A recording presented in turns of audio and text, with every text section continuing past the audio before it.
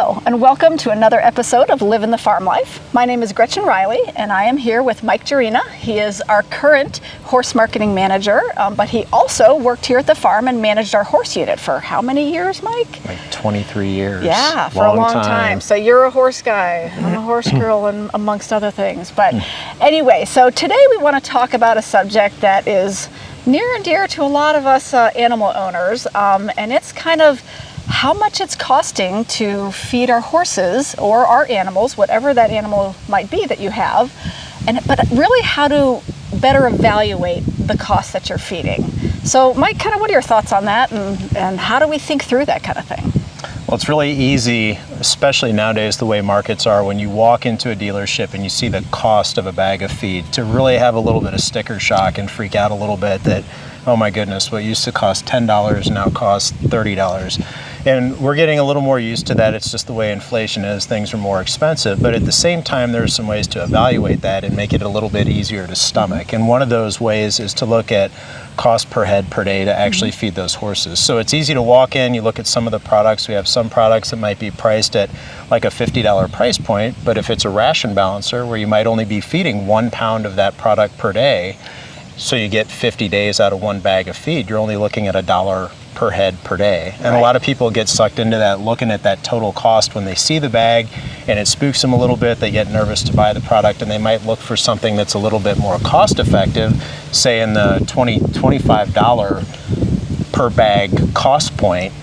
But if you look at what it actually takes to feed that product at a level to actually meet the requirements of that horse, a lot of the times you're actually getting yourself more expensive. So it's really important to look at the feeding directions, look at the different ingredients, and understand how that product can benefit that horse.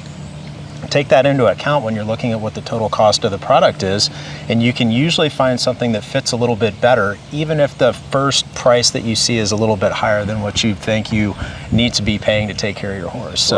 Right. And we're talking about horses. Obviously, this concept can go across species, but to kind of add on what you were saying when you're looking at horse feeding programs is you might look at a lower cost per bag, but what's the value, or what are you actually getting nutrient-wise out of that product? So you might look at a lesser expensive product, but do you need to add in additional protein or additional calories or a vitamin mineral supplement or other things, maybe a fiber source? So each one of those things is adding to your cost per head per day. So it's really ultimately looking at the value that you're getting out of the bag, and then also whittling that down to cost per head per day. So, very good point too. And that's a really common thing when you walk into a lot of horse people's feed rooms. You'll see the feed, and then you'll have a whole wall of supplements. And if you start looking at the cost, like you mentioned, of all those supplements on top of that feed, where you can get a lot of products that will meet all the needs of that animal without needing that extra supplementation, you can be in a much better place. But it's very easy to fall into that supplement game,